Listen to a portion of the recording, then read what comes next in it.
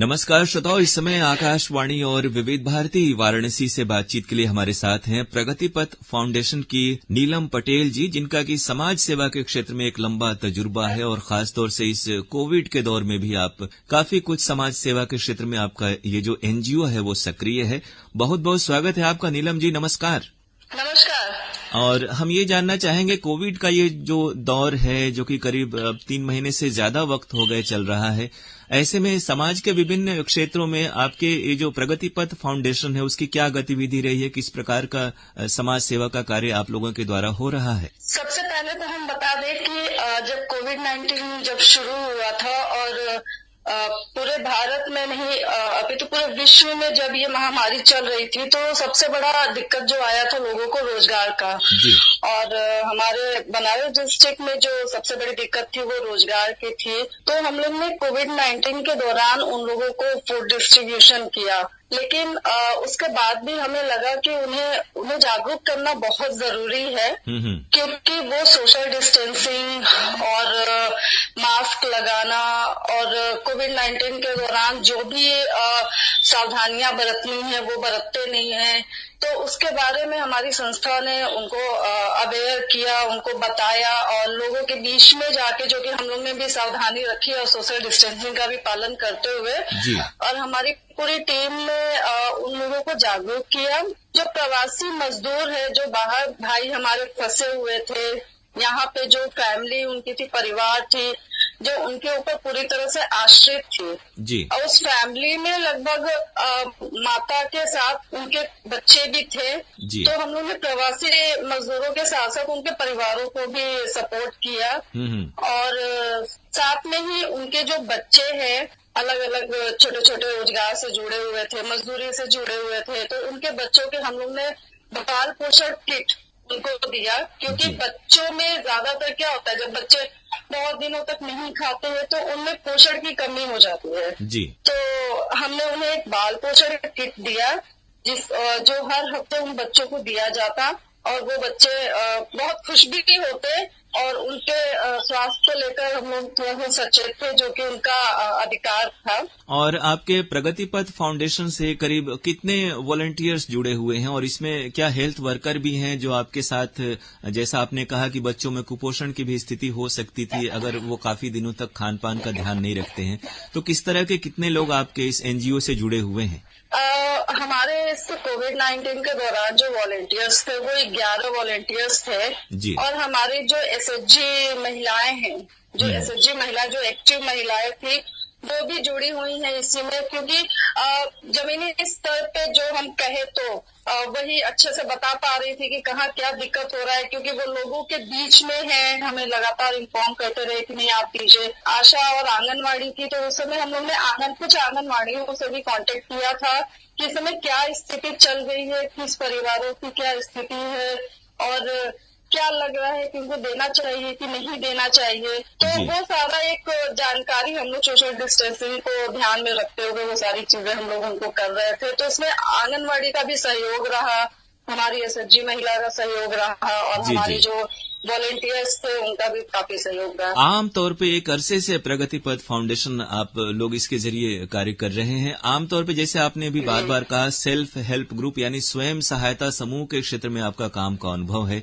तो ये जो आपका कार्यानुभव है ये वाराणसी के आसपास किन क्षेत्रों में, किस कार्य क्षेत्र से जुड़े हुए बच्चों या महिलाओं के बीच है आपका काम? प्रगति पथ फाउंडेशन है, लगभग हम लोग 2011 से यहाँ पे काम कर रहे हैं और बनारस के अर्बन के बच्चों को, जो स्लम के बच्चे होते हैं जी। और अभी हम लोग ने 2 सालों से यहाँ पे बड़ा गांव में काम शुरू किया हुआ है और यहाँ पे बड़ा गांव में महिलाओं के संगठन को लेकर हम लोग काम कर रहे हैं, क्योंकि महसूस हुआ कि जब तक इन परिवारों की आजीविका नहीं सुधरेगी तब तक इनके, हम एक तरह से कहे, या स्वास्थ्य की सुविधा या शिक्षा की सुविधा या कोई भी सुविधा तब तक इनके लिए सही नहीं है जब तक कि इनकी आजीविका मजबूत नहीं है। तो ये आमतौर पे किस क्षेत्र से जुड़े हुए ये लोग हैं? मतलब ये स्थायी निवासी हैं या फिर बंजारे किस्म के लोग हैं या बुनकर हैं? समाज का कौन सा तबका है जो आपका टारगेट है?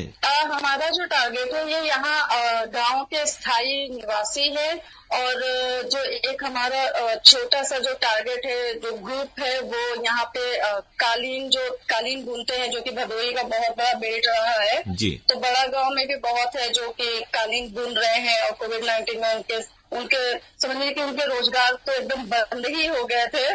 तो उनके साथ भी हम लोग उनके 150 परिवारों के साथ काम कर रहे हैं, उनके बच्चों के साथ काम कर रहे हैं। जी जी। तो ये काम करते हुए यानी कि उनकी देखभाल और शिक्षा दीक्षा, खासतौर से बच्चों से भी आप लोगों का जुड़ाव रहा है इस संस्था का, और बच्चों का स्कूल कॉलेज बहुत कुछ खेलना कूदना सब कुछ थम सा गया है।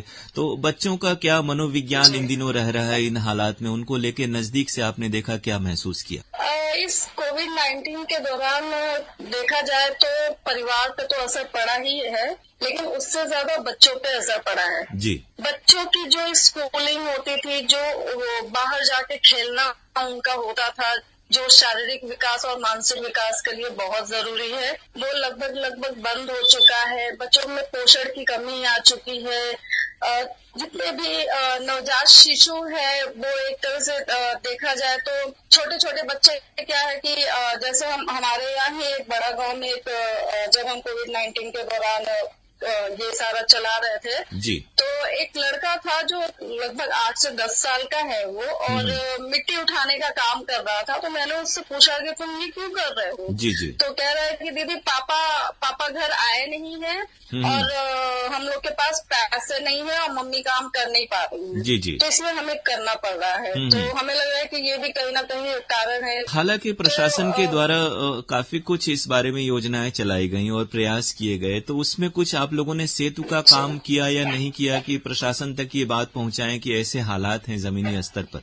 लगभग हम लोग ने पूरी कोशिश की कि शासन प्रशासन तक पूरी बात पहुंचाए, और यहाँ पे भी हम लोग वीडियो से सारे लोगों से मिलकर ये बात करी कि ये सारी सिचुएशन हो रही है, जो अनाज दल हमें इतना परिवारों पे मिल रहा है, अगर उसमें हम क्वांटिटी बढ़ा दे और चावल और आटे और चने के अलावा और भी उन्हें कुछ दिया जाए तो उन परिवारों के लिए काफी अच्छा रहेगा। तो अब तो वो सरकार का काम है कि वो कितना करे और कितना नहीं करे, क्योंकि कोविड-19 के दौरान उनकी भी जिम्मेदारियां काफी बढ़ गई थी। और बच्चों में क्रिएटिविटी, खासतौर से बच्चों का हम लोग जिक्र कर रहे थे, तो उनमें क्रिएटिविटी या खेल कूद मनोरंजन के लिए भी किसी तरह की व्यवस्था उनके बीच जाकर आप लोग कर पा रही हैं? बच्चों के बीच में भी सोशल डिस्टेंसिंग रखना बहुत जरूरी है जी। तो अभी हम लोग ने पूरी तरह से खोल के नहीं कर पा रहे, लेकिन लगातार बच्चों से बातचीत करना, उनकी माताओं को फोन करना, उनसे मिलना,